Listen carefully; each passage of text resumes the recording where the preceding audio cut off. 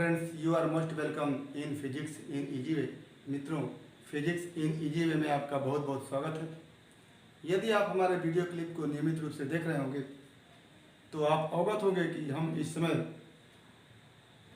Vector analysis सदिश विश्लेषण chapter को लेकर के चल रहे हैं, जिसमें हम वेक्टर के अदिश गुणन को देख चुके हैं, वेक्टर के अदिश गुणन के गुण को देख चुके हैं। आज हम वेक्टर के सदिश गुणन या कह लें कि vector product of vectors, vector के सदिश गुणन, वेक्टर के सदिश गुणन या वेक्टर, इसको क्रॉस प्रोडक्ट कहते हैं या वेक्टर प्रोडक्ट भी कहते हैं। वेक्टर प्रोडक्ट ऑफ वेक्टर्स, इसको क्रॉस प्रोडक्ट भी कहते हैं।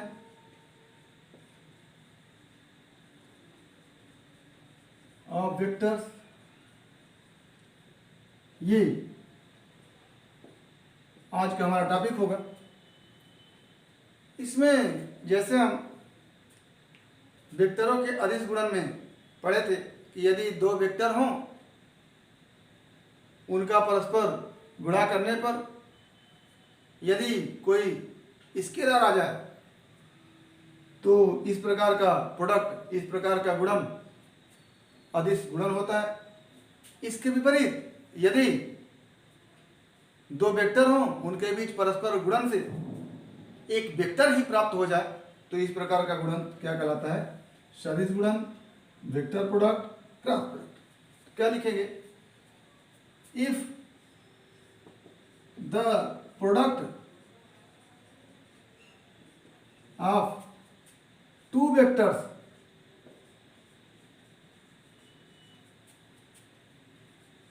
Is a vector, then these types of products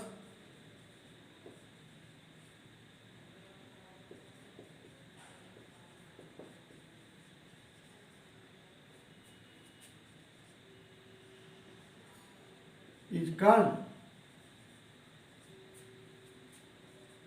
vector products or dot products, or cross products।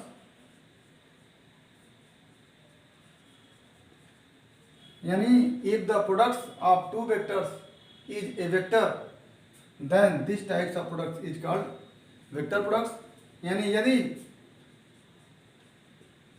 दो वेक्टरों का गुणन एक वेक्टर ही प्राप्त हो तो इस प्रकार का गुणन सदिश गुणन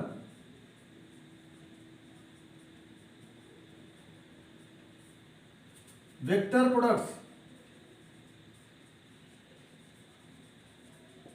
कहलाता है। ये हो गया हमारा वेक्टर प्रोडक्ट सदिश गुणन की परिभाषा। और इसका मान क्या होता है? The value of the mod of vector product is the product of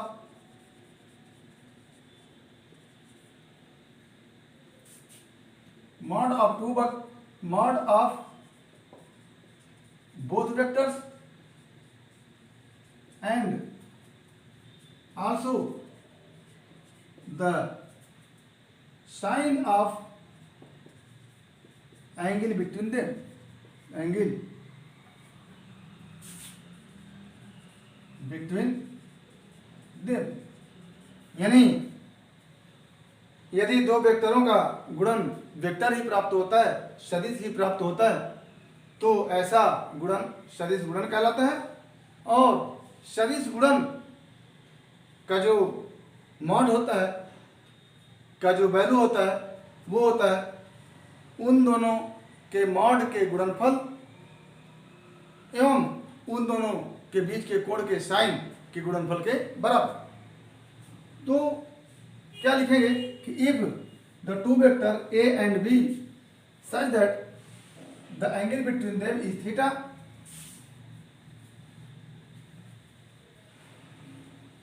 क्या लिखेंगे कि यदि दो वेक्टर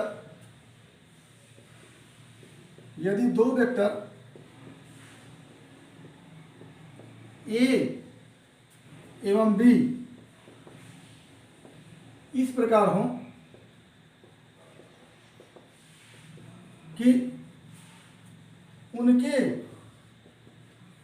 बीच का कोण थीटा हो, तो दोनों वेक्टरों के प्रोडक्ट गुणनफल, दोनों वेक्टरों के सदिश गुणन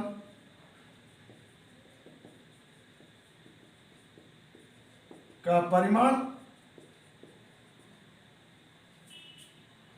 vector A cross vector B equal to mod of vector A dot mod of vector B into sine angular between them. तो दो वेक्टरों के बीच के सदिश गुणन को क्रॉस से व्यक्त करते हैं। क्या लिखेंगे? दो वेक्टरों के सदिश गुणन को क्रॉस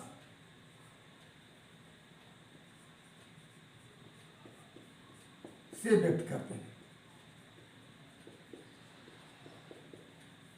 ये है वेक्टर ए, ये है वेक्टर बी, दोनों के बीच क्रॉस लगा हुआ है। तो इसका मतलब हो गया कि ये वेक्टर ए एवं वेक्टर बी के बीच का क्रॉस प्रोडक्ट है, सदिश गुणन है, और उसका वैल्यू होता है mod of A, vector A का परिमाण, वेक्टर बी का परिमाण इंटू दोनों के बीच के कोण का साइन। तो ये हमारा होता है ए क्रॉस बी, वेक्टर ए एवं वेक्टर बी के बीच के सदिश गुणन का परिमाण। और जहां तक दिशा की बात होती है तो एवं दो वेक्टरों के सदिश गुणन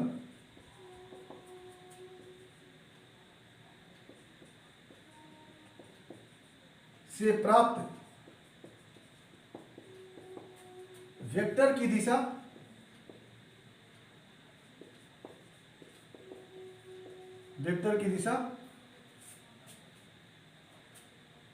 पेच के नियम से ज्ञात की जा सकती है।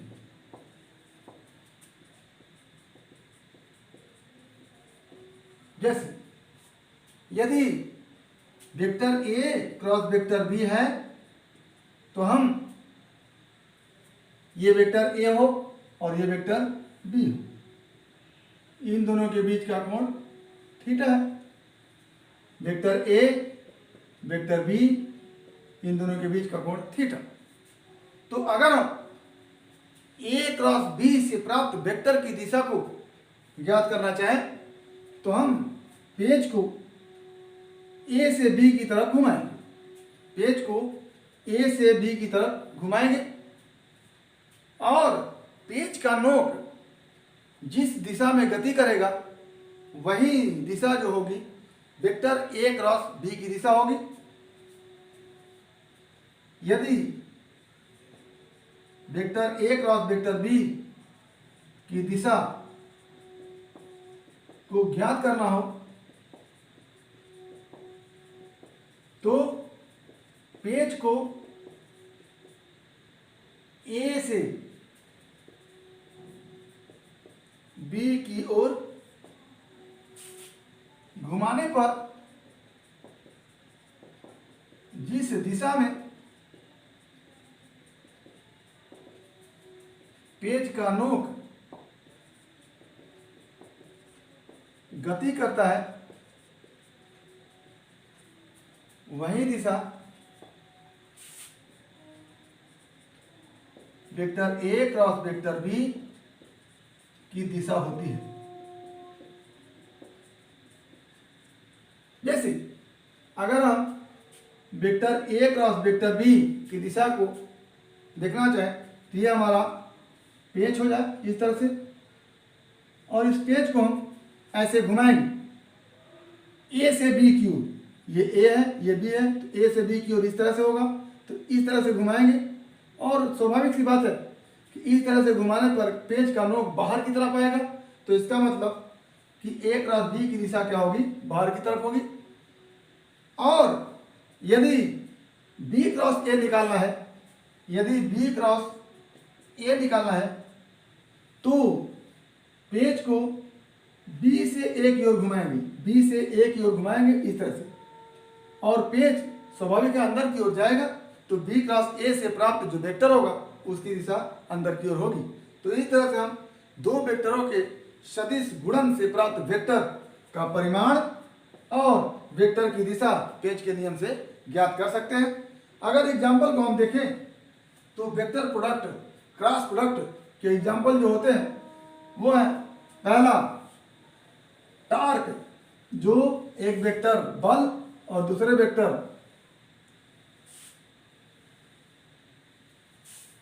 अक्ष से बल के क्रिया रेखा के बीच की दूरी के गुणनफल के बराबर होता है। ये टार्क जो है सदिश राशि होता है। जैसे अगर हम टार्क को देखें तो टार्क एक सदिश राशि है जिसका मान वेक्टर आर और क्रॉस वेक्टर एफ के बराबर होता है। ये एग्जाम्पल के रूप में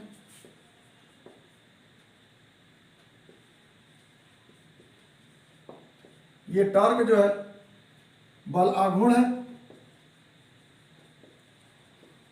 और ये बल है, और ये आर बल की क्रिया रेखा एवं घूर्णन करने वाली वस्तु के अक्ष के बीच की लंबवत दूरी होती है। जैसे ये पेन इस अक्ष के परितः घूमने के लिए अगर स्वतंत्र है तो ये क्रिया रेखा होगी और ये अक्ष होगा। क्रिया रेखा ई दिशा में और अक्ष ये है, तो क्रिया रेखा और अक्ष के बीच की जो लंबवत दूरी होती है वही दूरी जो होती है वो आर होती है। तो ये बल आघूर्ण tau equal to R cross F होता है। यहाँ आर भी वेक्टर क्वांटिटी है, एफ भी वेक्टर क्वांटिटी है, और दोनों का जो क्रॉस प्रोडक्ट होता है, दोनों का जो प्रोडक्ट होता है वो टाउ होता है, ये भी वेक्टर क्वांटिटी है। तो दो वेक्टरों का प्रोडक्ट अगर वेक्टर प्राप्त होता है तो ये सदिश गुणन होता है। तो ये एग्जाम्पल हमारा सदिश गुणन का हो गया। दूसरा एंगुलर मोमेंटम, कोणीय संवेग, कोणीय संवेग ये जो होता है जे होता है, इसको हम लिखते हैं आर क्रॉस पी, एम भी आर, आर क्रॉस पी, ये जे कोणीय संवेग, आर दूरी और पी संवेग। तो कोई वस्तु यदि वृत्ताकार पथ पर चल रही होती है तो उसकी केंद्र से दूरी जो होती है आर होती है, आर भी एक वेक्टर है और पी एम इंटू भी एक वेक्टर है। इन दोनों का गुणनफल एक वेक्टर प्राप्त होता है जो कोणीय संवेग होता है। तो कोणीय संवेग बराबर आर क्रॉस पी भी एक वेक्टर प्रोडक्ट का एग्जाम्पल है। तो इस तरह से हम दो वेक्टरों का वेक्टर प्रोडक्ट या दो वेक्टरों का क्रॉस प्रोडक्ट देखें और उम्मीद करते हैं कि आपको ये टॉपिक समझ में आया होगा कि दो वेक्टरों का वेक्टर प्रोडक्ट का परिमाण क्या होता है, दोनों वेक्टर के परिमाण एवं उनके बीच के कोण के साइन के गुणनफल के बराबर। दूसरा, उनकी दिशा क्या होती है पेज के नियम से। यदि ए क्रॉस बी निकालना है तो पेंच को ए से बी की ओर घुमाएंगे, पेंच का नोक जिस दिशा में चलेगा वही दिशा ए क्रॉस बी की दिशा होगी। तो इस तरह से हम दो वेक्टरों के सदिश गुणन का परिमाण एवं दिशा देख लिए। आगे हम दो वेक्टरों के बीच क्रॉस प्रोडक्ट के कुछ गुण को देखेंगे जो हमारे अगले वीडियो क्लिप में होगा। उम्मीद करते हैं कि आज का हमारा वीडियो क्लिप समझ में आया होगा, और यदि कोई परेशानी होगी तो आप हमारे YouTube चैनल के कमेंट बॉक्स में कमेंट करके या फिर हमारे व्हाट्सएप नंबर पर कॉल करके हमसे अपनी समस्या का समाधान करेंगे। आगे यदि हमारा वीडियो क्लिप आपको पसंद आया हो तो प्लीज़ लाइक करेंगे, शेयर करेंगे और हमारे YouTube चैनल को सब्सक्राइब करेंगे ताकि हमारा हर वीडियो क्लिप आप तक बिना किसी रुकावट के पहुंचता रहे। तो आज बस इतना ही। आपके भविष्य के लिए एक बार फिर बेस्ट ऑफ लक। अगला टॉपिक अगले वीडियो क्लिप में। धन्यवाद।